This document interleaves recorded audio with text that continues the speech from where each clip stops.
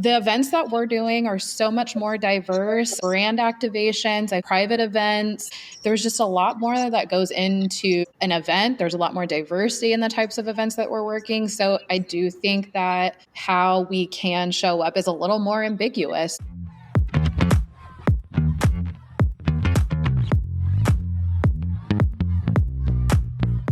Hi, everybody. Welcome back to the Keeping Up with the Calligraphers podcast. This is Kat of Kat Lauren Calligraphy, and I'm here with Alex of Signs of Our Lives. And thank you for your patience. We're excited to be back with this episode. But first, I do want to do a little catch up. Alex, I know you launched since our last episode your mentorship. Tell me about that. How is that going? I don't know if I would call it launch so much as you shared about it again. I shared it. Yes, I shared it. I didn't do any sort of launch situation. That would have probably been smart, but I'm doing more of a soft launch situation, a soft opening, if you will, of some mentorship services, because I know a lot of folks would like to get advice, and advice is sometimes really valuable, and sometimes we can answer those questions in our podcast. Sometimes it's something that's really specific, especially if you want something specific to your like business goals or what you should do next with your art, or oh my god, I have 700 ideas in my head, like which one do I start with? Because I feel like we've all been there. Very, very small amount right now. It's just like $40 a month. Not a month. I would say a month, but it's like technically a session and then you can cancel it afterwards. On Patreon is something that I'm doing, is some mentorships. Patreon is basically a way that I don't have to put all of this shit on my website. I feel that. All my business tips, all of my art tips, like all of those sort of things that I've like wanted to share for so long, I can do that on Patreon. It's just like a hub. So I love that. Yeah. And so there's like different versions. There's free things. So a lot of the blog posts that I write are like things we might have talked about, but then I'll just reword it a little bit differently and put it in a blog post. Or I don't know, I did something about how to keep your lettering straight if you're on site, like something really simple, just like a little tip here and there. And a lot of that stuff is free. And then there's like an $8 a month. And that's going to be something where like I created a pitch deck template. So when you're reaching out to brands and you are like, oh my God, I have to fucking create a pitch deck. What the hell is that? And what do I do? So yeah, just trying to keep it simple and put a lot of things out there for y'all. And like super accessible. Yeah. For sure. That's the goal. Because I don't love education being behind a paywall. Obviously, that's part of why we started the podcast, right? Because there's a lot of things that we've learned over the years that are just like, well, duh, or it's just like a simple trick, right? And then the more intense stuff like engraving demos or things like that will be, very minimal pricing situation. Yeah, so there's options if anybody wants that. I've done a few already and it's been really great. I love just like 30-minute quick sessions with people. And I just know how much I needed that. I was like, I just need someone to word vomit to. And then they tell me what I do next or how to solve this weird problem that I'm having, right? 100%. And then you've already had a couple of sessions. How's that gone? Yeah. Great. I mean, I definitely want to like feedback from everyone, but so far so good. I've received positive feedback in my DMs and stuff like that. And gratefulness. So I'm pumped about that. And, nothing comes overnight. So I think that's also something to note, that it's like a lot of things are, okay, like these are the next steps and it is work, for the other person that they now have to go do the next steps. But I have very high hopes for everyone. Everyone's so talented. I've been working with like muralists. I've been working with watercolor artists. I'll be talking with leather goods artists this week. And I'm so amazed by how many different arts and mediums that could bring their stuff to events. It's just so freaking cool. It's not just calligraphy. I was going to say, I love hearing that obviously it would be great to have calligraphers, no shade there, but I love hearing that people from other niches are learning. It's just a reminder that business tips and stuff like that, it doesn't have to be so calligraphy specific. And that's cool, because then you're getting inspired by them. Like, what a fun little relationship. I love that. Yeah. I mean, we've talked about it so much of the importance of diversity of thought. And I feel like that's so much in the art world, right? Like, speaking of someone that we're going to have as a guest, I learned from someone recently about taking the tape that I use for my tattoo machine and using it on my engraving machine. And I was like, duh, like, duh. So I think it's one of those things where I think it sometimes helps to have just like an outsider perspective of someone who's doing what you're doing, but not exactly doing what you're doing. Yeah. Or someone who's been there before. So yeah. I love that. But we, as usual, it's been like a hot fucking minute since we've been on here because we have been doing the most as usual. And then you have been out of the country again. Surprise, surprise. I did. Yay. I left. What passport stamp did you get this year? Spain. So I had it in my old passport, which, sidebar, that is like the worst part. For those of you that don't know, like I grew up as part of like an airline family. So I was blessed with the opportunity to be able to travel a lot. So, I mean, my passport was like pretty full. And so I was really bummed when I had to get a new passport. And then you have to get all your stamps again. So I got my Spain stamp back into my new passport, which is like my favorite place in the world. When I started doing weddings 2 years ago now, which that's crazy. That was like my bucket list thing. Like, I was like, I want someone to book me for a destination wedding in Spain. So it was just really such a cool moment. I mean, any of the travel I get to do is fun, but having that be my bucket list moment and doing all the things. And then, yeah, I'm excited. I don't know what the next bucket list thing is, but I'm going to figure that out. Literally manifested it. It was wild. But yeah, it was a chaotic trip, but like chaotic good, I guess. Yeah, not chaotic evil, chaotic good. Yeah. Yes, chaotic good. And ended up being a good trip. Yeah, we might do a whole episode on that. I don't know. There was a lot to go over. I had a bunch of people in my DMs like asking me a bunch of questions. But yeah, so it was a good trip. And I'm excited to see what's next.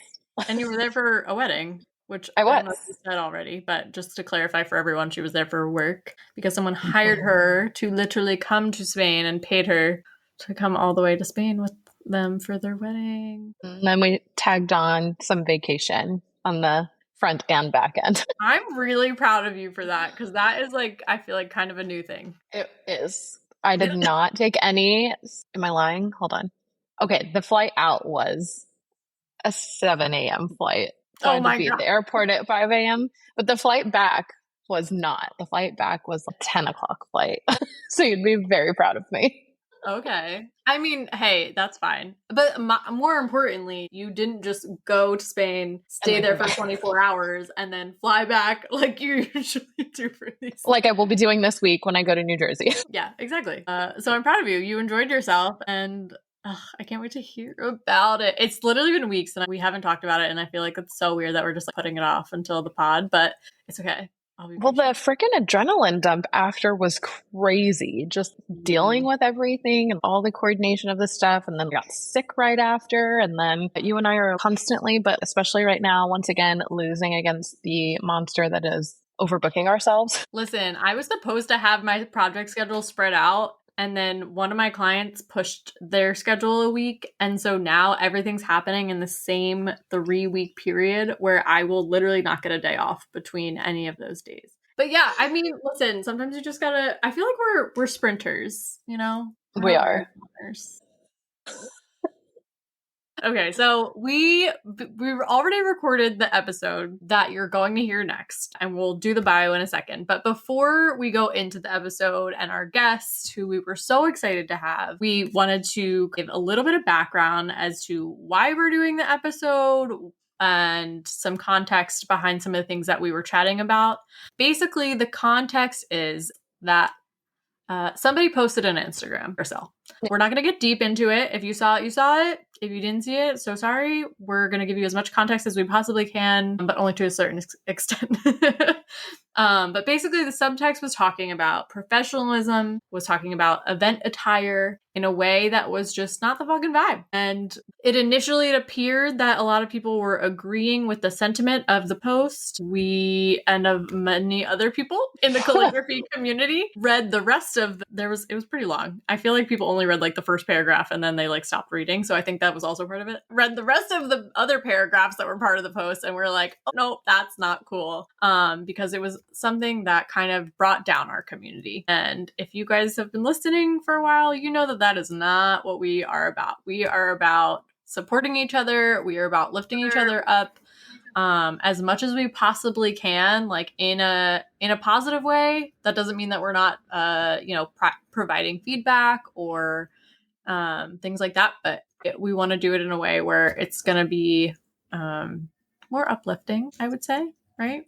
Yeah, just and helpful to the community for anybody that maybe saw that or is maybe just interested in hearing about that. If you're a little bit newer or now you're starting to branch out into different types of events where attire maybe plays a larger role than some of the events that you have been doing. And yeah, just like to be helpful and also to actually open up the discussion surrounding it in a way where people can have that dialogue, can talk through the different nuances of it, and people feel safer, hopefully, to share their thoughts, feelings, questions, input, all of that. Yes, 100%. And because of that, it did open up the discussion. So silver lining, I feel like a lot of community was created. A lot more people found our podcast. So hi, if you're new here, welcome. Go listen to all the other episodes from season 1 and 2. We have a lot of good shit in there. But if you have been listening for a while, then you know that we want to be helpful. This is all about community. Okay, so background on the actual conversation that we had today with our guest was that we had discussed in the post, specifically me, Alex, had brought up the term white supremacy. And if you Google white supremacy characteristics, there are some things that will come up that are directly or indirectly related to the topic at hand that we're talking about today, which is professionalism and event attire. And so dress codes a little more broadly. Yeah, dress codes specifically. So there's a way that we're talking about this where we want what's best for all of the community. We want everyone to be able to get a job no matter what they look like, no matter how they speak, no matter if they have tattoos or not, or piercings or whatever. And I think it's really important to note that there are many different cultures in the world. We are coming from America when we're talking about this, which is a very westernized culture. And unfortunately, a lot of things that are deemed professional are also things that might look or feel a certain way, which is only one way, when there really are so many other ways to express yourself, to look, to be. And so again, when we're talking about this stuff, it's a nuanced conversation. If you have like any specific questions about that, you're welcome to reach out to us. If you're feeling like this is uncomfy for me, that's totally fine. It's an uncomfy topic for some people, and happy to provide resources where you can learn more about specific things. I know I personally, after that specific post, listened to like 3 separate podcasts about dress codes and the history of, dress codes and how they are related to white supremacist culture. And so I just want to come from a place of like, we have taken the time to really like think about this, to learn about it. And it's not like to target anyone. It's not to call anyone out, but simply to call everybody in that we want you guys to be able to communicate to your clients. We want you to be feeling confident when you're at events. We want you to have all the resources that you need. And so sometimes when we talk about these things, it's systemic. It's more than just an individual situation, because of a system that was set up that included some people and weren't really considering or thinking about other people. And so that's basically where we're coming from. Kat, I don't know if you have anything to add. I think the main takeaway that I had from it, and again, it was a great conversation talking through a lot of the nuances where I feel like the post didn't create any space for. But I think the largest takeaway for me was that a lot of the language surrounding professionalism, dress codes, all of those things tend to be very subjective, and they don't mean the same thing to everybody a lot of times. Yeah. So taking it upon yourself, whether it's asking for clarification or offering clarification, however you and your client can get on the same page about what can be expected on site regarding setup, appearance, conduct, or any of those things. That was the main takeaway from me. Find a way to objectively get on the same page, and that'll work out best for everybody. Yeah. I think that's so important. I think language is really important too. And that We didn't really get into fully than that in our episode that we're sharing, but I think language was the main hanging point, the main like where things get snagged, like caught up, go sideways. What do you want? I don't know. Yeah, I think that's where everything went sideways. Yeah. Was the certain language that was used and the way it could be misconstrued because it is subjective and because it was coming from a certain place. So yeah, I think that's exactly it. And again, we're here for support. And we love y'all. And tell us about our guest that we had. All right. So if you didn't see it in the title or the show notes or anything already, we got a chance to have a conversation with Sylvia Wong of Via Calligraphy. She's somebody that I have looked up to. I took her course when I first got started, which we'll talk a little bit about. So it was just like really cool to actually connect with her and get to talk about all of these things because she put together such a helpful post, was the inspiration for this episode. So a little bit about Syl. So she is a Toronto-based artist that's known for her modern calligraphy and elevated event experiences. Through her brand, Via Calligraphy, she brings luxury events to life with live engraving, hand lettering, and personalized touches that create unforgettable moments. She's also the founder of the Just Married Jacket project. Her iconic wedding jacket has been worn by over 200 Toronto brides and is now making its way around the world. With 20 years of experience as a digital marketing director, Syl offers a rare blend of artistic talent and strategic business insight. She's the co-creator of Luxury Lettering 101, which is the course that I took, which teaches online courses and offers coaching for artists who want to break into the world of live events and building thriving creative businesses. Her deep understanding of branding and audience building sets her apart, both as a working artist and as a mentor to others in the industry. So clearly, I mean, she's the best of the best, and she's got incredible style. Yes, that is an understatement. I think she's definitely like outfit goals for sure. She's obviously provided a lot to our community as calligraphers and artists. And so we're super pumped to have her as a guest. And here's that episode. All right, everybody. Welcome back to the Keeping Up with the Calligraphers podcast. We have a guest today that we're so excited about. We have Syl from Via Calligraphy. Say hi. Hi. Thank you so much for having me. Thank you so much for being here. So we already gave a little bit of an intro. We already kind of said why we're here. So we're just going to get right into it for anyone who maybe got to this point right now and skipped over the intro. But you have basically made yourself, well, you are the expert on this in terms of fashion, in terms of how you dress, in terms of how you basically talked about all of those things in the post that you shared. And so basically we just want to talk about all of that and like, what does professionalism mean to you? Because it means so many things, right? And, you know, we want you to touch on kind of what is it for you personally? Well, thank you. Thank you for, giving me that kind of credit and being the expert here. I think it's been a little bit accidental, but in sharing an outfit of the day every time I'm going to an event or something, I think has kind of made it a thing where people are now tagging me and saying, I'm sharing my outfit just like Syl does. And I think professionalism is so contextual. Like if we're strictly talking about in the calligraphy world and going to events and we're talking about like how you have to dress, we're artists and we're often showing up as staff. So there are dress codes we often have to abide by. And that is what people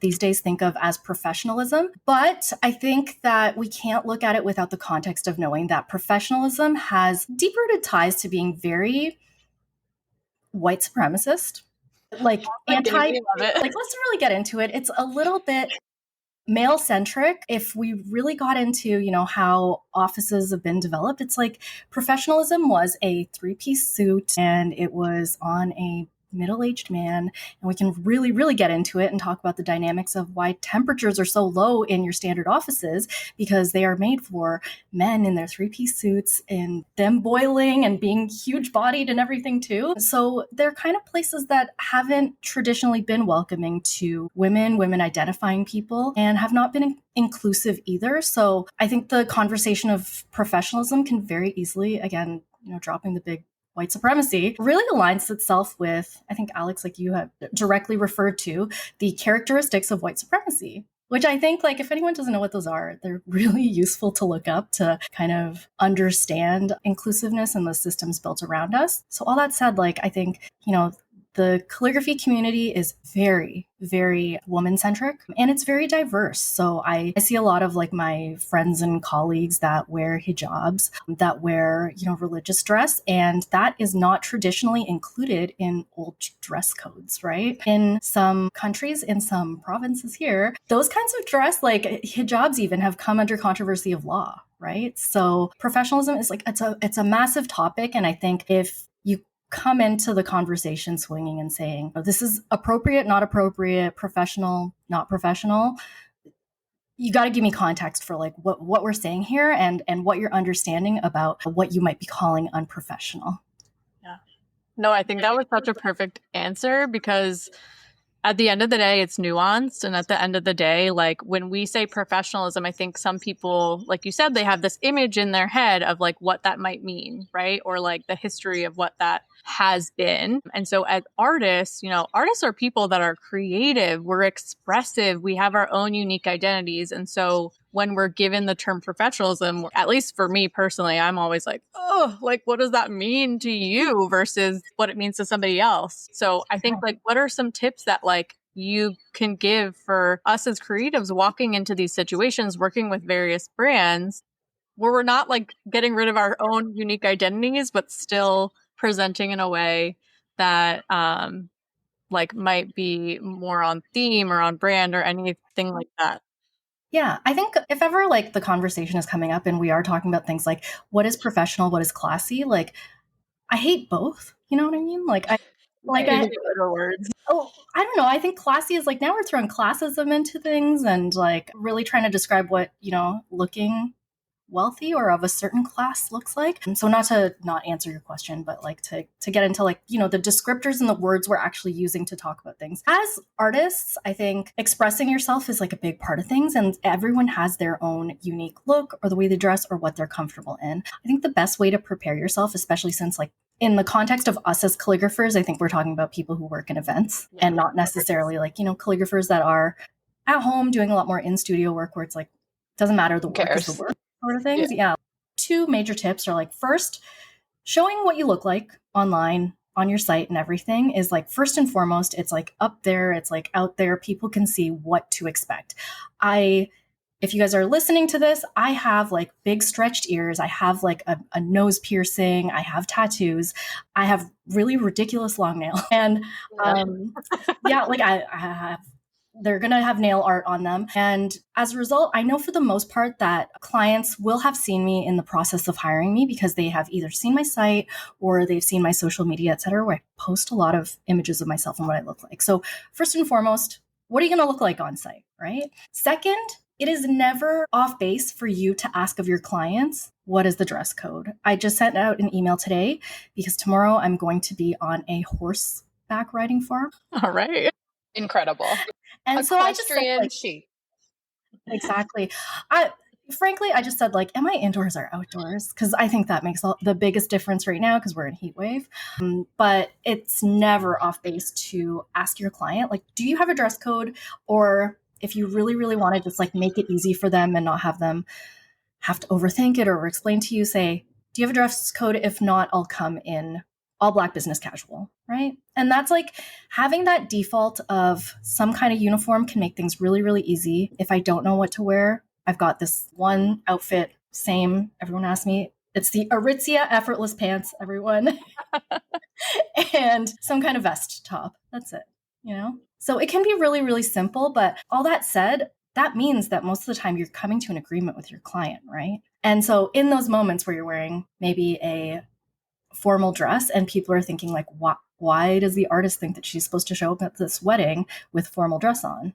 It was probably discussed with the client already. Yeah. I mean, Kat could definitely speak to that for sure. I know you always get to wear like formal dresses. Well, it goes with what you had said about aligning expectations. I hate wearing all black and I hate wearing the business casual one. I just didn't have stuff that fit that. in my wardrobe already. So I just started asking people like, what is the event? What's the theme? What's the dress code? Like, and then that really just started being a lot more flexible, especially at weddings. Like I want to look like presentable and I don't necessarily want to be perceived as part of the wait staff, which there's nothing wrong with the wait staff, but like it's a different interaction I get from people. It sounds like maybe my daughters woke up. So can you guys hear them? Yes. Yes. Okay, great.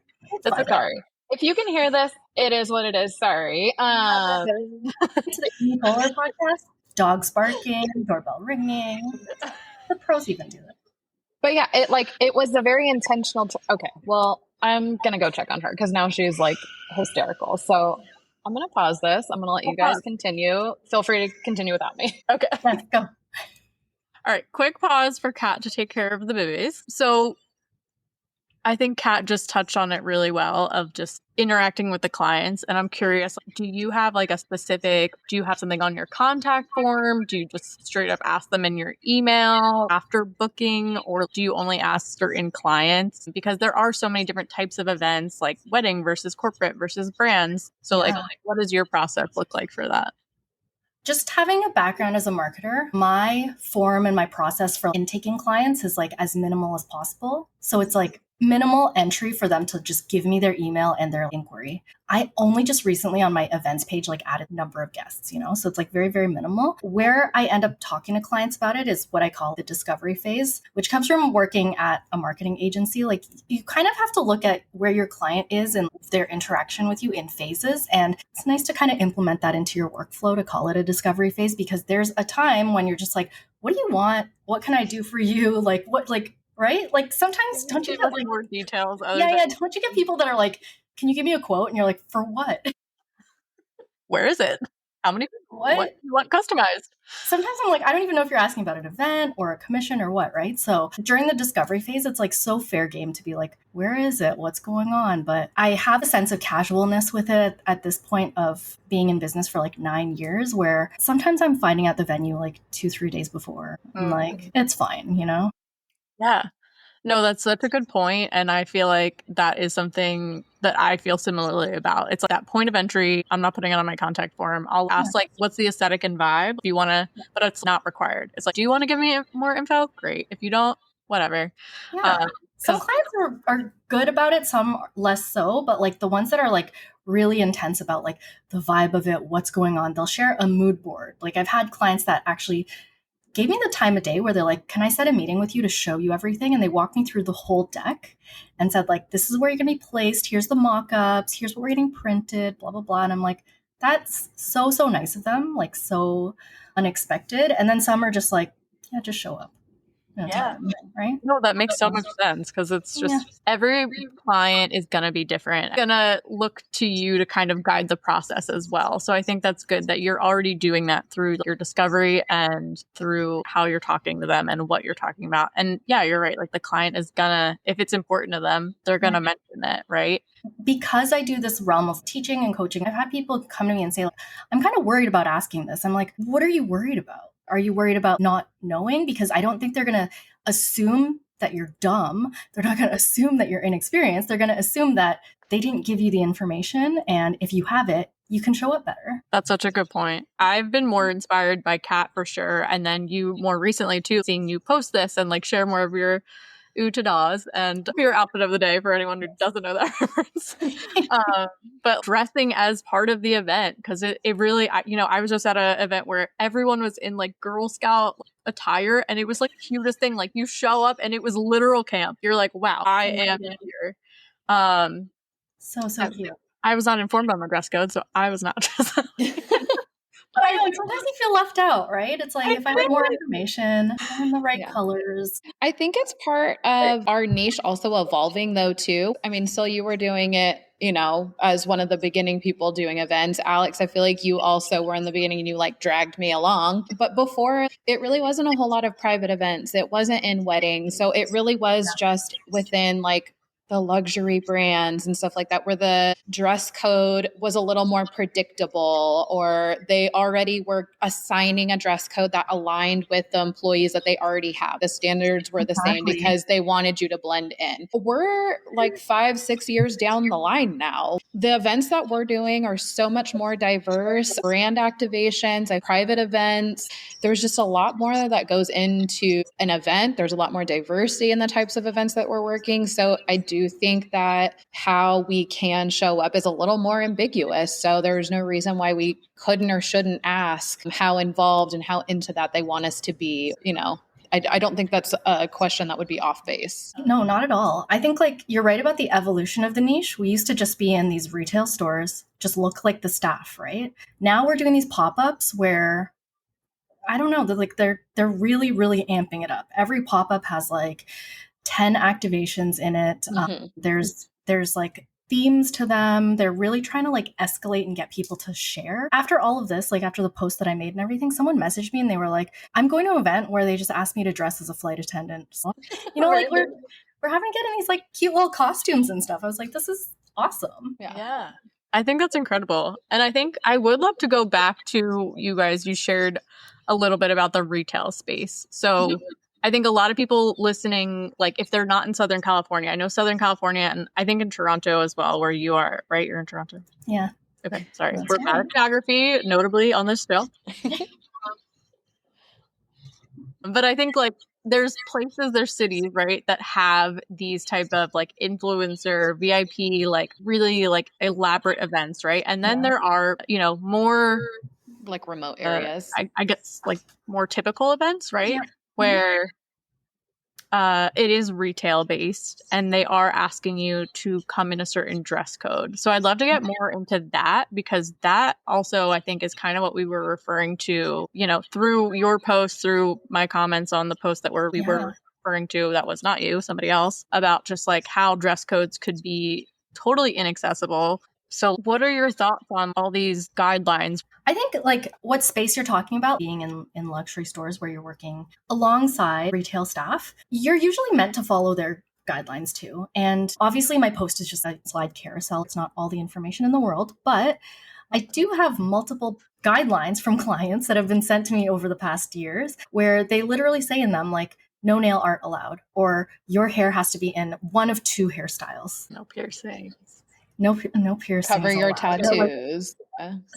Long sleeves required or whatever. And then some are like a lot more casual. Some of them say running shoes, black or white colored, and then they have to be fully black or fully white. And sometimes you do or you don't have these things, right? So most recently I did have to work something and I didn't have fully black or fully white running shoes. And I was like, the fashion math I had to do was, what do I wear when I don't have those things? Because I'm not going to buy a new pair of shoes for this one day at this one job. And the way that you're supposed to navigate dress codes like that is like you dress up, right? Up on it. So like, it's like you don't dress worse than it. So rather than the black running shoes or white running shoes, I wore black dress shoes. I'm like, what are they going to do when they're nicer than what they intended? But they can be fairly strict. And then in some retail environments, they do provide clothes for you to wear. There's like one store where they give you like a little jacket thing to wear over whatever it is that you're wearing. So that strictness comes from their own dress codes and they just hold you to the same standards as what's happening in store. I can't speak to the inclusiveness of all of them. I will say when there's like a dress code that says that your hair has to be in a neat ponytail, I don't think that's inclusive of all hairstyles. So yeah. But that strictness comes from a place of like corporate. And depending on what you know about like when you work with brands and like the contact that you have, sometimes you're being hired by the head office. Sometimes you're hired by like the regional manager. Sometimes you're hired by the actual store manager. Who is able to give you that leeway if you have questions about it? I don't freaking know, guys. It's like up such a big chain of like, corporate BS that you're kind of like, whatever, abide by it or don't take the job. Right? Like if you really are against it, you can be like, I don't work with these brands because I'm against it. I have brands that I don't work for because of like some of their values, but I'm not loud about it either, right? And it's like, Yeah, I think I would love to see, which it's hard in the beginning, but I would also like to see more artists stand their ground a little bit. So like your point, I don't have everything that they would ask for. I don't have tights, or I don't own loafers, and I'm not going to go out and buy those things. So I told them in the email, I don't have it. Here are the options that I have that I think fit. Tell me what is workable for you as the brand. Everything that you're saying too, depending on how long that you've been in the business, depending on your reputation, you have a lot more power in saying those things when you do have a following, you are able to get the next job and whatever. And I think the people who are kind of willing to say like, okay, never mind, or they're even willing to take a smaller rate or whatever, just take the job to get into the market and get work right now, is a, whatever they say is the dress code, like I'm going to follow it. You know what I mean? Right. So it's like everything to do with dress code, professionalism, work, and your appearance is like, it involves context, and our ability to say yes or no to a job is like a privilege too. I think for me, like I've been in it for 9 years now. I'm like very willing to kind of lose a job at, they don't have enough for my rate, or things don't work out or whatever. But you also then have to feel things out, right? Like just say the conversation you're talking about, Kat, maybe in like a typical retail environment, they're talking about, bringing you into the store for like a special event or something. They have the time to talk to you about it. But if they're doing like a nationwide hiring and it's for Mother's Day, or it's for, days before Christmas or something, and they're dealing with like 50 different stores, 50 different artists, they might be like, fuck that. I don't want to talk to this person. I'm just going to find another person on my next Google search, because it could be a pain in the ass. And this is not me saying like, just abide by the rules and shut up or anything, but it's all contextual. Because I've gotten myself in messes where it's like, some clients like just hated me and my approach, and it was like the wrong time or the wrong sensitivities around certain things that I pushed back on. Yeah. I think it's a good point, what both of you guys are saying, because I think it's, kind of up to people like us that have been doing this for so long to be in those positions and to be like, hey, this guideline doesn't work for all body types. I mean, it was like no skin off my back, but like I had to pin my bangs back. I was like, what? These are my literal bangs and you're making me pin them back because you can't see my full forehead. And I have a passport photo. Yeah. So I was just like, this is so bizarre. And like, I'm not even someone with like an afro or someone who has braids or like someone with a job, like you said, where I'm like, what are we doing here? So I think, maybe it's a little bit of both, where I think we can speak up for ourselves and we can maybe get to a point where, some of us who've been doing it a little bit longer are the ones being the squeaky wheels. I know I'd be happy to at this point. I know a year, even like definitely 2 years ago, I wouldn't have been as comfortable being a squeaky wheel, because I think it was just like, well, I really want this client. And now I'm like, no, fuck that client. Like, they're not letting me show my tattoos. They're not letting me wear my cute little belt that I always wear. I look like a cater waiter. I hate this. I think like the nail art client, by the time they needed me for like another, it was like they kind of come back like annually around Christmas time. It's like, last time around, I was like, I'm not redoing my nails for this one job, especially if they're not paying for it. And like for my whole, I'm not going to have like the whole Christmas season where I've just got like plain unmanicured nails because they're like no nail art. So I just went to the store and I just did it as is, right? Because there is the contract, but the contract didn't detail anything about abiding by those rules. So I was like, well, let's see where this goes, Love that for you. And then some of the rules too, like sometimes clients send you the rules and they will encompass not just like what you have to wear, but like behavior and stuff too. And so they'll say like your phone has to be locked up in the back and blah, blah, blah, and whatever. And I think there is like a strictness level of things coming from corporate in which like they want their whole store and everyone to abide by. But then you're sitting there and you see like all the rest of the staff on their phones and stuff. And you're like, wait a second, how strict was this rule? Yeah.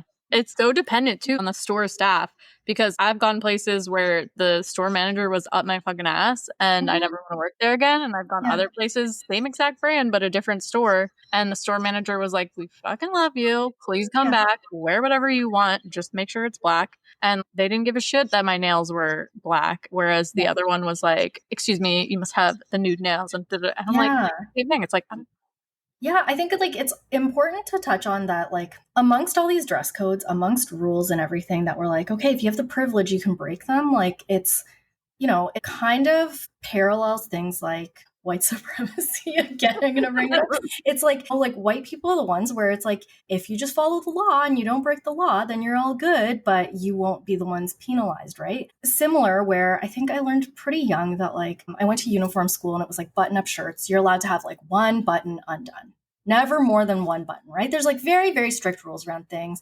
And there was like, you've got to wear a white undershirt and whatever. Like, I could have as many buttons undone as I wanted to because I have a flat chest. And I think I learned young too that if you have a flat chest, you can wear as low of a thing as you want to. And no one will ever be like, that's slutty. They're going to be like, that's so high fashion because there's no cleavage to be seen. That is such a good point. Because I feel that often, even like, you know, Kat and I might be wearing the same outfit and I feel like it looks one way on her. It looks a totally different way on me because I'm like, I feel like the shortened wider version.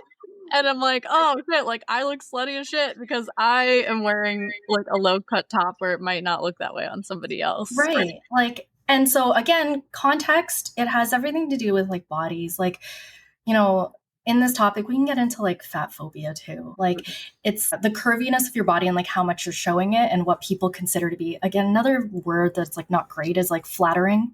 You know, people saying like, you got to wear something that's flattering to you, which what means you look skinny is, again, contextual on people's bodies, how they wear things, how things fit. And I think it's same rule might not apply across the board. So uniform school, we had like your skirts had to like with your hands down, go past your fingertips. But again, if you got a bigger butt, your skirt's just going to look like shorter, right? Yeah. No, that's so true. And and even the girls with the longer legs, like their skirts would be shorter. And it's like, we all have the same skirt. Like they didn't do anything differently. Their legs are just so much longer.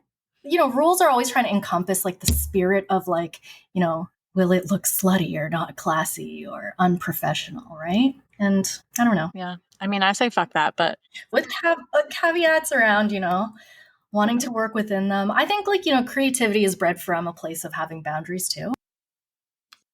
That's so interesting. Did you listen to the Hom Sweet Hom podcast? I feel like she said something about that recently. I haven't listened to it, but I have been a longtime follower and I have taken her workshop and stuff. Okay. But yeah, I think like if you're limitless in like what you can create, it's actually like it's very scary, you know? Yeah. No, that was something she literally said like exactly recently. So I was like, oh, did you just listen to that too? That's amazing. Yeah. It's great. It's like such a good point. Yeah, I think also, okay, here's another question. Because I think, we really touched on a lot about like how dress codes can fucking suck for the individuals and just like systemically, right? How they're maybe not that inclusive and how, we can align to different brand guidelines. But like, do you like agree to a point, right? Because I think, thinking about the three of us, we all have very different styles. Would you agree that there are clients out there that are hiring artists for more than just their talent because they're posting the outfits, because they're showing up with their face and their style on their websites and their Instagrams? Like, are they hiring them for their vibe and what they're bringing to the event? 100%. I think like a big part of that is like, especially when you work at an event, like you are meant to be a vibe bringer, right? Like they're not bringing someone just for the service. Like people talk about things like, oh, like there's laser engravers, there's like all these tools that can kind of do these things, whatever. I don't care. Like they're not bringing in that tool to make the event. Like they want the personality. That's why even then they're still going to need to hire brand ambassadors. And at a lot of like premium like staffing agencies, a lot of the people, like if you start to talk to like the staffing agencies and the people that work there are people who are, especially in my town, probably yours too, they're actors. They're people who are like charismatic, yes. Right? And so like they're there to create an environment and make like an experience. I've been told that I come and like make the event cooler. So it's nice, right? I think that part of it also means that you are directly empowered as the artist to continue to post what you're going to look like, what you look like in a space, what kind of energy you bring. Like, I think it's kind of important to, everyone's always like, it's such a pain to do reels, to do these, the whatever. And it's like, but you have to kind of show what you look like when you're interacting with clients, because all of these like old still pictures of you, like, just holding a pen and just like smiling is like, I get it, but like, what is it like to interact with you? And are you good with guests? Right. Yeah. Or just the feed of like tight shots of your work. It's like, what is your name and what do you look like? That's a big thing, right? And it's like in like teaching courses and stuff, it's like first thing we tell people is like, good, like you've mastered the art of calligraphy, but in the end, like a lot of the event world, they don't care of the quality of your calligraphy. Like they can't tell my work from yours, which is like Crazy. It sucks to say. It's like Yeah. wild. And it's like, maybe this is an extreme stance in some way, but like they don't care about the quality of your work. Yes, you want it to be good. You want to be able to like perform it. You want to be able to center, blah, blah, blah. But they're kind of hiring like a whole package, right? Yeah. I know for me, when I like first started like really stepping into my own, like it was like postpartum, I had this one event. It was a perfume event, but the whole thing was like a very like sexy speakeasy vibe. And that was like the first time I was like, well, I don't have to just wear these like weird button ups. Like I can like go for it. And that was like, I did the whole corset thing. Like, so I feel like that's where that really rolled the ball for me. But before that, like I couldn't understand the idea of like how to develop my own personal style, how to incorporate that or not into my business. Like, I think for people that are transitioning from like beginning to do events and they're starting to get that ball rolling, do you have any tips or advice for them when they're in that kind of awkward phase and they're trying to figure out how to navigate their own personal style, find it, incorporate that into on-site and maybe some of the more common like dress codes, if that makes sense? Yeah. Oh my God. That's like a hard thing to answer because there's so many creators and fashion theory and fashion industry people who talk about these things. But I think finding your personal style is an endless journey. Like as long as there are, new styles, new trends coming out and everything, there's always going to be something that's kind of like tricking you into shopping. Yeah. I have a lot of views around like, fast fashion and shopping for every event and having capsule wardrobes and stuff like that. And at heart, I'm more of a minimalist and I like to buy for quality and like being obsessed with like pieces that you love. I'd say if anyone's exploring that right now, try not to shop.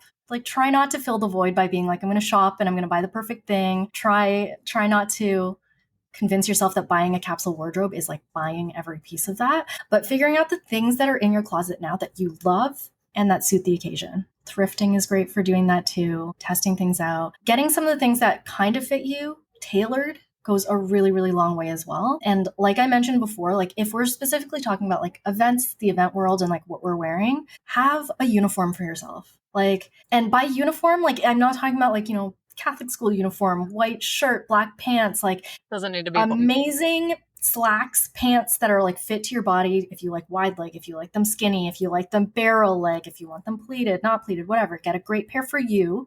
And then like some kind of like top and blazer. And then you're probably set for like 90% of jobs. Yeah. Yeah.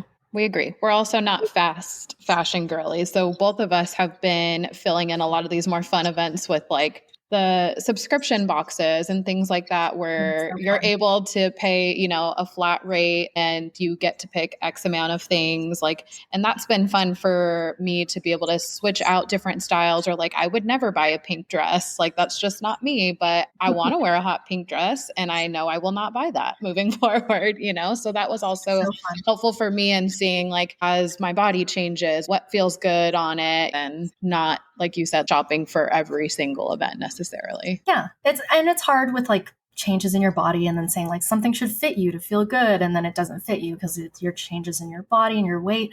But I think fashion being a journey, don't jump on every single trend. Don't jump on everything you hear about. Like you got to get something, and then don't look at me wearing something and say like, I've got to have that because it looks good on her. It's got to look and feel good on you. Yeah, I think it's such a good point. Like wearing things that like feel you when you put it on. Are you feeling joy? Are you happy? And like, especially as women, our bodies are always fluctuating. And I know having that, like, I don't know if I want to call it a capsule, but like having that sort of those uniform pieces that I'll wear over and over again. Like I know, okay, I'm a little bloated today, so like I'm not going to wear those pants, but like those are great for like this other thing, right? Yeah.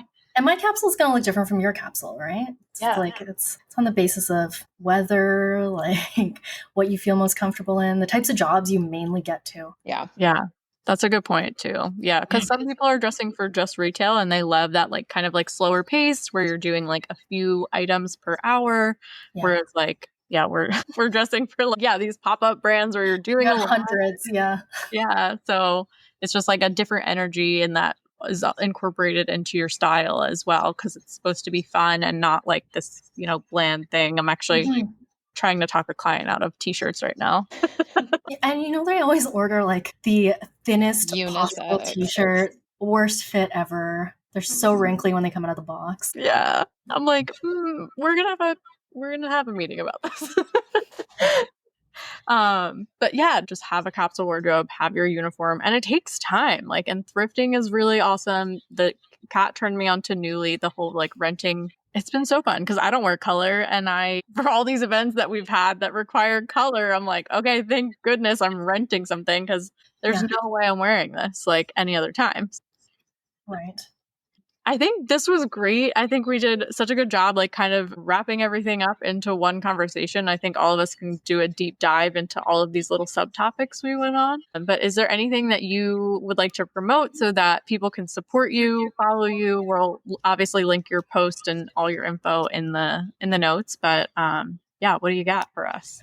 If you're interested in the topic of dress codes or everything to do with working with luxury brands, doing events, and working in the brand space, I have a course called Luxury Lettering 101 that you could buy at somedayartclub.com. It's an amazing course and community in which you can kind of get into the industry and learn all of the basics, including dress codes, including what to pack for jobs, and figuring out what those first steps are to get your first brand job. I'm an alum. I can vet and agree. I loved it. Thank you so much. And thank you both so much for having this conversation and having me on here. I love talking about all things fashion. Yeah, absolutely. Thanks for coming on. Thank you. All right. Well, thanks for keeping up, everyone. And we'll see you next time. All right, everybody. Thank you so much. Hopefully you found that conversation as interesting and helpful and inspiring in a way. All the things that we did. Again, it was so nice to have Syl. So if you are not already following her, you can find her on Instagram. Her Instagram is at Via Calligraphy. We'll also put that in the show notes.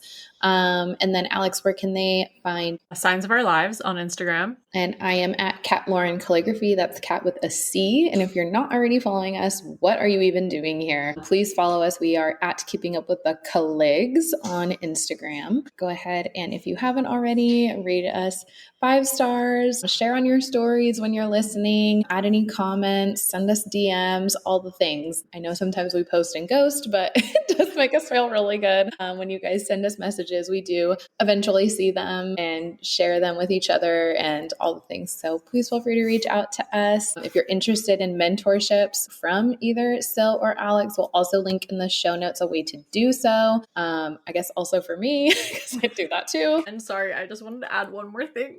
Oh. On our Instagram, we also, not incredibly often, but I would say pretty often whether it's be ourselves are looking to have event assistants or event artists or other sort of things that we can refer out gigs to or projects or things like that. And sometimes people even DM us to like share something for them. We're definitely posting those on the stories. So if you're following us there and you're someone who wants to be looking out for work, then we're also sharing stuff on there. Yeah. So follow us. Okay, thanks for keeping up. Bye. Bye.